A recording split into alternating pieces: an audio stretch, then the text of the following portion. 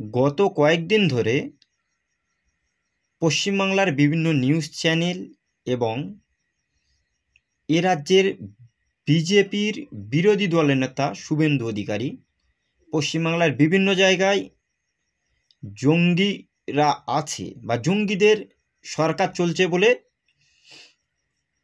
বিভিন্ন রকম নিউজ এবং বক্তব্য পেশ করছে।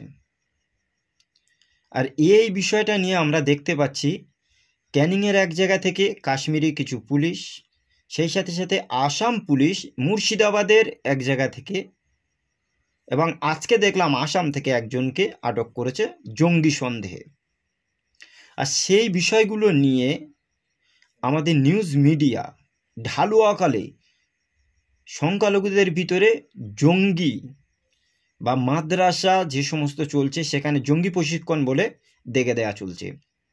আজ থেকে কয়েক বছর আগে আমরা দেখেছি বিজেপি একজন নেত্রী লকেট চ্যাটার্জি, সে ওই একই কথা বলেছিল যে মাদ্রাসায় জঙ্গি কার্যকলাপ চলে।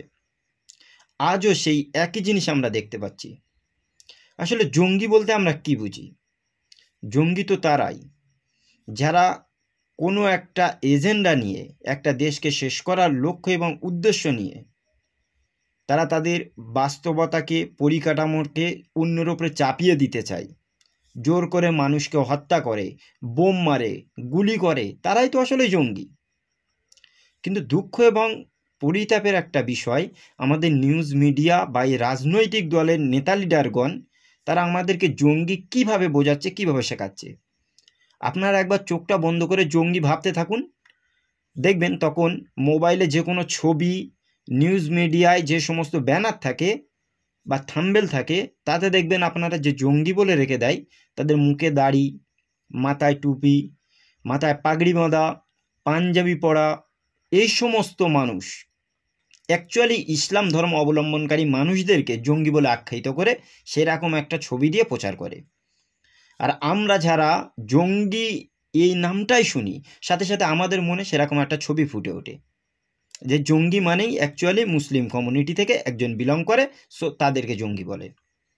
অথচ আমরা যদি ভালোভাবে একবার দেখি, এই যে তিনজনকে জঙ্গি সন্দেহ করে ধরেছে, তাদের ভালোভাবে অ্যানালিস করলে তাদেরকে আমরা জঙ্গি বলতে পারবো কি পারবো না সেটা তো কোর্ট ডিসাইড করবে, তাদের বিচার হবে, তারপর তারা যদি দোষী হয় তাদেরকে কি শাস্তি দেবে সেটা কোর্ট ডিসাইড করবে, এবং তাদেরকে কি বলে আখ্যায়িত হবে সেটা কোর্ট ডিসাইড করবে।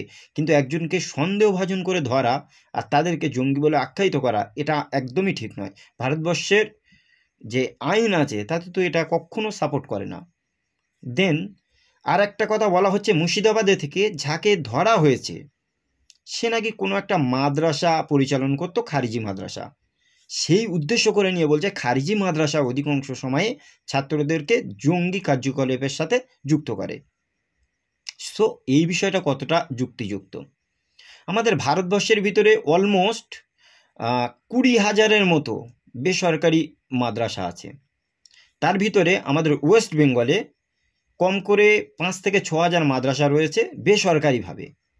তাহলে একটা কথা এখানে ভাবুন তো, 6,000 মাদ্রাসা কতগুলো ছেলে মেয়েদেরকে পড়াচ্ছে।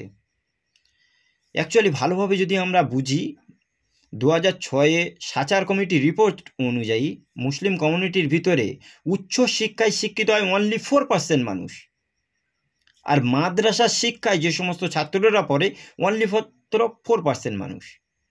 তাহলে একটা জিনিস এখানে ভাবুন, যারা উচ্চ শিক্ষায় শিক্ষিত হচ্ছে তারা মাত্র 4%, আদার্স এত মুসলিম কমিউনিটি বা সংখ্যালঘু এত মানুষ তারা শিক্ষায় থেকে সবাই ছিটিয়ে যাচ্ছে। আজকের যদি কেউ অরাজনৈতিকভাবে খারিজি মাদ্রাসা বা খারিজি শিক্ষা প্রতিষ্ঠানগুলো তৈরি করে এই সমস্ত ছেলে অথবা মেয়েদেরকে শিক্ষা প্রতিষ্ঠানে ভর্তি করে শিক্ষা দেয়, তাহলে কিসের জন্য গাত্র দেওয়া জ্বলবে নিউজ মিডিয়া বা রাজনৈতিক দলদের? আসলে একটা জিনিস আমাদের ভালোভাবে বোঝা উচিত যে মাদ্রাসা অ্যান্ড স্কুল এই দুটোর ভিতরে কী সামঞ্জস্যতা আছে। আপনি ভালোভাবে দেখুন, একটা স্কুলে আমরা দেখেছি বাংলা পড়ায়, ইংরেজি পড়ায়, ইতিহাস, ভূগোল, বিজ্ঞান এই সমস্ত সাবজেক্টগুলো পড়ায়। একটা মাদ্রাসাতেও যদি আমরা অ্যানালিসিস করি, সেখানেও বাংলা, ইংরেজি, অঙ্ক, ইতিহাস, ভূগোল, বিজ্ঞান সমস্ত কিছু পড়ায়। তার সাথে সাথে কোরআন, হাদিস, বালাগাত, হেকমত, মান্তেক নাহু, সরব, উর্দু, আরবি, এই তো। তাহলে বাংলা যারা পড়ে তারা যে সমস্ত সাবজেক্টগুলো পড়ে, যে সমস্ত ভাষা পড়ে, যদি মাদ্রাসায় পড়ে তাছাড়া একটা দুটো ভাষা বেশি করে বেশি বেশি বই পড়ে। সুতরাং মাদ্রাসার ছাত্রদেরকে এত খালি চোখে এত খারাপভাবে উপস্থাপন করা হয় কেন? এটা একটা দিক বিষয় বুঝতে হবে যে আজকের এই সিচুয়েশানে এলো কেন আজকের দেশটা। আপনারা যদি ভালোভাবে একবার অ্যানালিসিস করেন, মাদ্রাসা অ্যান্ড স্কুল শিক্ষা দুটো যদি সমন্বয় করা যায়, দুটোর ভিতরে এমন কোনো ফারাক নেই। মাদ্রাসাও যা, স্কুলও প্রায় তাই। এতে উল্টে দুটো তিনটে ভাষা বেশি করে মাদ্রাসাতে শিক্ষা দেওয়া হচ্ছে, অথচ মাদ্রাসাগুলোকে আজকে দেখে দেওয়া হচ্ছে কেন? যদি একটু ভালোভাবে আমরা খালি চোখে বিচার করি, যারা জেনারেলভাবে পড়াশুনো করে তারা কিন্তু কি করে, জেনারেল ডাক্তার, মাস্টার, ইঞ্জিনিয়ার বা উকিল, ব্যারিস্টার বিভিন্ন রকম ডিগ্রি পায়। পাওয়ার পরে তারা ভালো চাকরি পায়। কিন্তু এই মাদ্রাসায় যারা পড়ে তারাও কি ডাক্তার, মাস্টার, ইঞ্জিনিয়ার এগুলো হয় না? হয়। বহু সংখ্যক মাদ্রাসার ছাত্ররা রয়েছে যারা ডাক্তার, মাস্টার, ইঞ্জিনিয়ার আছে। এমনকি এই মুসলিম কমিউনিটিকে যারা লিড করে সেই সমস্ত ইমাম সাহেবগণ, হাফেজ বা মুয়াজ্জিন, আলেম, মুফতি, তারা কিন্তু একদমই পারফেক্টলি মাদ্রাসায় থেকে আসে। আর তারা এই সমাজে যতগুলো মুসলিম মসজিদ আছে, মাদ্রাসা আছে, তাদেরকে নেতৃত্ব দেয়, মুসলিমদেরকে নেতৃত্ব দেয়। কিন্তু আজকের সেই মাদ্রাসাগুলোকে জঙ্গি কার্যকলাপের সঙ্গে যুক্ত বলে দেখে দেয়া, এটা কি ধরনের কাজ আমরা ঠিক বুঝতে পারছি না। একবার যদি আমরা ভালোভাবে অ্যানালিসিস করি যে জঙ্গি কারা, আজকের বিশ্বের যেদিকে যাবেন, আজ থেকে কয়েক বছর আগে, অলমোস্ট 7 বছর মতো আগে, আমরা দেখেছি ইংল্যান্ডের একটা মসজিদে নামাজ চলাকালীন সময়ে একজন এসে তার মাথায় মোবাইলটা বেঁধে 35 জন 36 জনকে গুলি করে হত্যা করে দিয়েছে। সুতরাং সে জায়গায় তো একবারও কেউ এই কথাটা অ্যানালিসিস করে বলেনি যে এটা জঙ্গি। আমরা দেখেছি গত 2 দিন আগে মুর্শিদাবাদের মতন একটা জায়গায়, সেখানে রেল লাইনের নিচে বোম রেখে দিয়ে এসছে 2 জন হিন্দু যুবক। রেখে দিয়ে আসার পরে তারা চলে এসছে, মানুষ সেটা ভিডিও করে ধরেছে, হাতে নাতে ধরা পড়েছে। তাদেরকে কেউ একদম জঙ্গি বলেনি বা নিউজ চ্যানেলে সেগুলো প্রচারই হয়নি, কারণ সেগুলো ধর্ম অন্য। যদি সত্যি সত্যি এই মুর্শিদাবাদে কালকের বা পরশুদিন যে ঘটনাটা ঘটেছে আমরা সোশ্যাল নেটওয়ার্কে দেখেছি, যদি সেখানে বোমটা রাখার পরে বাস্ট হতো, ট্রেনটাকে একটা দুর্ঘটনা করা যেত, তারা সেগুলোকে কাদের উপরে দায়ভার চাপাতো? যে মুসলিম অধ্যুষিত এখানে এলাকা, মুসলিমদের মেজরিটি পার্সেন্ট এখানে বসবাস করে, সুতরাং মুসলিমরা এটা করেছে বলে মুসলিমদের ওপরে দায়ভার চাপিয়ে দিয়ে জঙ্গি ট্যাগ লাগানো হতো। অথচ সেখানে অন্য ধর্মের মানুষরা করেছে বলে আমাদের নিউজ চ্যানেল, রাজনৈতিক দলের নেতারা বা যে সমস্ত বুদ্ধিজীবী তারা পুরো নীরব দর্শকের ভূমিকা পালন করছে, কারণ এখানে কোনো মুসলিম বা ইসলাম ধর্মের সঙ্গে কোনো সামঞ্জস্যতা নেই। আমরা বিগত কয়েক বছরে 2014 সালের পর থেকে, বিজেপি ক্ষমতায় আসার পর থেকে দেখতে পাচ্ছি এভরিডে মুসলিমদেরকে বিভিন্ন ট্যাগ দিয়ে মুসলিমদেরকে কোণঠাসা করা হচ্ছে। সো আজকের এই বিষয়ে কয়েকটা জিনিস তো বোঝা যায়। আর আমাদের ভেতরে যে সমস্ত মুসলিমরা আমরা বসবাস করি, আমরা দেখেছি একে অপরের সাথে দ্বন্দ্ব বিচ্ছেদ। আজকের যদি ইরাকের মতো কোনো জায়গায় থেকে বোম মারে, আমরা বলি ওখানে মারা গেছে, ওরা তো শিয়া, যায় যাকগে, কারণ আমরা শুনি। এই ভারতবর্ষে বিভিন্ন দলমত মুসলিমদের ভিতরে আছে, 73 থেকে 72টা দল। কেউ ফুরফুরা, দেওবন্দি, তবলিগ, আজানগাছি, বিভিন্ন বিভিন্ন। একজন মুসলিম ভাইয়ের যদি কেউ মারে, দাড়ি ধরে টানে, নামাজ না পড়তে দেয়, কোন মতে না অমুক মতে, ঠিক আছে, আই ডোন্ট কেয়ার, এরকম মনে হয় আমাদের মুসলিমদের ভিতরে। অথচ মুসলিমদের ভিতরে যে এতটা দলমত থাকার পরেও আমরা যে একজন মুসলিম, সেটাকে অনেকের মনে থাকে না। সো আর একটা জিনিস একটু ভালোভাবে অ্যানালিসিস করা উচিত। আমাদের যারা বর্তমান সময়ে এই মুসলিম লিডারগণ রয়েছে, তারা আমাদের কতটা পথ দেখাচ্ছে যে বর্তমান সিচুয়েশানে দিনের পর দিন মুসলিমদের উপর এত অত্যাচার কেন হচ্ছে, কেন এই সাংবাদিকরা বা এই নিউজ পলিটিক্সরা এই সমস্ত জিনিস নিয়ে মুসলিমদের ঢালুয়া কলে প্রচার করছে যে তাদের খারাপ জিনিসগুলো কিসের জন্য? এগুলো একবারও কেউ ভেবেছে? আজকে যদি সত্যি সত্যি তারা প্রচার করতো বার্মায় থেকে মুসলিমদের কেন সেখান থেকে মেরে তাড়িয়ে দেওয়া হলো, তারা আজকের বাংলাদেশের মতো জায়গায় কিসের জন্য থাকবে? সেখানে কোনো কথা নেই। কখনো দেখেছেন এই মুসলিমদের হয়ে যে মুসলিমরা কেন ফিলিস্তিনে দীর্ঘদিন ধরে অত্যাচার হচ্ছে, আর ইসরায়েল তাদের উপরে বোম মারছে, তাদের বাচ্চাগুলোকে মারছে, কিসের জন্য? কেউ কোনো প্রতিবাদ করছে না। কিন্তু আপনি দেখেন মুসলিমরা যদি কোনো জায়গায় কিছু করেছে, সঙ্গে সঙ্গে তাদের জঙ্গি বলে ট্যাগ লাগানো হচ্ছে। ওয়াই? সেই সাথে সাথে আর একটা জিনিস আপনারা ভালোভাবে অ্যানালিসিস করুন। সিরিয়া, শ্রীলঙ্কা, বাংলাদেশ, এই যে বিভিন্ন বিভিন্ন জায়গায় আজকের আমরা দেখতে পাচ্ছি একের পর এক গোষ্ঠীদ্বন্দ্ব, সেখানকার সরকারগুলো উচ্ছেদ হচ্ছে কেন? আসলে আমাদের এই রাজ্য বা আমাদের এই দেশে একটা সংগঠন আছে যেটার নাম হচ্ছে আরএসএস। এরা 100 বছরের একটা প্রজেক্ট নিয়েছিল যে 100 বছরের ভিতরে অখণ্ড ভারতটাকে তারা একটা হিন্দু রাষ্ট্রে পরিণত করবে। সেই লক্ষ্য এবং উদ্দেশ্য নিয়ে 100 বছর ধরে কাজ করছে। এই 2025 সালে তাদের 100 বছর পূর্তি। আর এর ভিতরে তারা অখণ্ড ভারত তৈরি করার লক্ষ্য এবং উদ্দেশ্য নিয়ে নিউজ মিডিয়া, পলিটিশিয়ান এবং সমস্ত মানুষদের ভিতরে কিছু কিছু মানুষকে নিয়ে তারা কিন্তু দীর্ঘদিন ধরে কাজ করছে। সুতরাং সবাই ঠান্ডা মেজাজে চিন্তাভাবনা করে সবাইকে সুন্দরভাবে আলোচনার মাধ্যমে মানুষদেরকে বোঝাতে হবে যে আজকের ভারতবর্ষটা কোন দিকে যাচ্ছে, কি চলছে।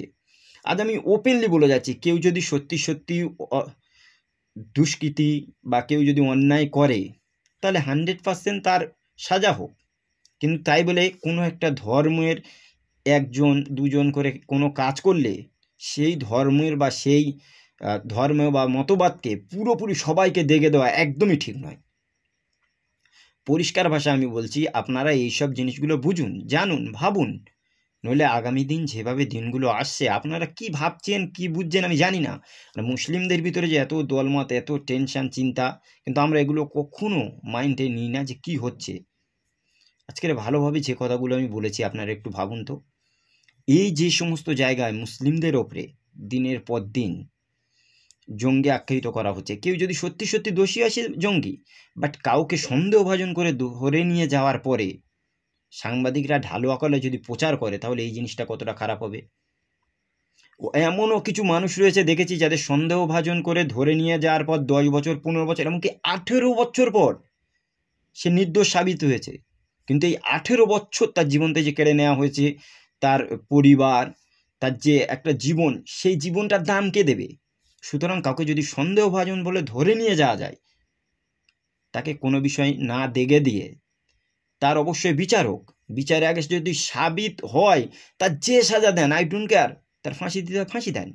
বাট আগে থেকে কোনো জাতি, গোষ্ঠী, ধর্মকে কখনো ছোট করে দেখা একদমই ঠিক নয়। আর সেই সঙ্গে আমরা দেখছি বর্তমান ভারতবর্ষে কেউ যদি দাড়ি, টুপি এই সমস্ত জিনিস নিয়ে ঘোরে, কিভাবে যে তাদেরকে ট্যাগ দেওয়া হয়, কিভাবে যে তাদেরকে সন্দেহভাজন করা হয়, আমরা নিজেরাই ভাবতে পারছি না। আর এই যে নিউজ মিডিয়ারা এইভাবে যে ঢালু আকলে প্রচার করছে, এই যে 2025 সালে তারা 100 বছর পূর্তি আরএসএসের যে হিন্দু রাষ্ট্রের ঘোষণা, তারা একটা জিনিস চাইছে, ছলে বলে কলে কৌশলে মুসলিম মেজরিটি পার্সেন্টগুলোকে জঙ্গি, আতঙ্কবাদী, সন্ত্রাসী এই সমস্ত জিনিস দেখিয়ে দেখিয়ে মানুষদেরকে একটা ধারণা দিচ্ছে যে এরা কতটা সমাজের জন্য খারাপ। সেই জন্য অনেক মানুষ তাদের থেকে যাতে ঘৃণা করে। অথচ আমরা দেখেছি হিন্দু, দলিত, আদিবাসী, খ্রিস্টান এই সমস্ত মানুষদের ভেতর থেকে অধিকাংশ বুদ্ধিজীবী মানুষ যারা এই জিনিসগুলো খুব ভালোভাবে অ্যানালিসিস করছে, বুঝছে, জানছে, তারা মুসলিমদের কিন্তু অনেকটা সাথ দিচ্ছে। আমরা গত কয়েকদিন ধরে দেখতে পাচ্ছি এই মুর্শিদাবাদে যে ঘটনাটা হয়েছে, কোনো নিউজ মিডিয়া এটা একদমই প্রচার করেনি। অথচ অনেক মিডিয়া যারা সোশ্যাল নেটওয়ার্ক ব্যবহার করে তারা দেখেছি খুব সুন্দরভাবে এগুলোকে প্রচার করেছে। যে আজকে যদি এগুলো কোনো মুসলিমরা করতো তাহলে এটা কী হতো। সুতরাং আমরা যারা এই ভারতবর্ষে বসবাস করছি আমাদের খুব ঠান্ডা মাথায় চিন্তা করতে হবে যে তারা কি চায় আমাদের থেকে। দীর্ঘদিন ধরে তাদের যে চিন্তা, তাদের যে টেন্ডেন্সি, সত্যি সত্যি তারা কোন দিকে নিয়ে যাচ্ছে দেশটা।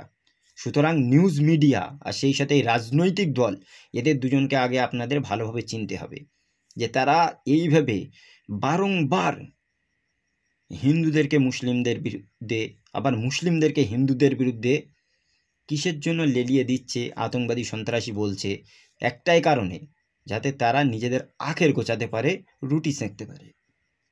আর এই একটা সিচুয়েশনে একটা জিনিস আমরা খুব ভালোভাবে অ্যানালিসিস করেছি। শুভেন্দু অধিকারী, সে একটা বিরোধী দলের নেতা, সে শওকত মোল্লাকে বলছে সে জঙ্গি, এবং শওকত মোল্লার যে এলাকা সেই সবের নিয়ে অনেক রকম কুরুচিকর মন্তব্য করছে। আবার এই শওকত মোল্লা সেও অ্যাজ এ মুসলিম হওয়ার পরে আমরা দেখছি নওশাদ সিদ্দিকীকে বলছে জঙ্গি। আসলে শুভেন্দু অধিকারী একজন মুসলিমকে বলছে জঙ্গি, কিন্তু একজন মুসলিম আর একজন মুসলিমকে বলছে জঙ্গি। অথচ খুব ভালোভাবে যদি আমরা অ্যানালিসিস করি তাদের ভেতরে কিন্তু এরকম কিছু নেই। সো আমার মনে হয় আমরা যারা এই জঙ্গি খেলা করছি, আমাদের অবশ্যই এগুলো খুব সাবধানতা অবলম্বন করতে হবে, ভাবতে হবে যে সত্যি সমাজটা কোন দিকে যাচ্ছে। আর আমি গতকালকে একটা পর্ব করব আরএসএস, এইটাই পুরো ডিটেলসে, সকলে আজকের এই ভিডিওটা দেখুন, ভালো থাকুন, সুস্থ থাকুন, দেখা হবে আবার নেক্সট ভিডিওতে, ভালো থাকুন।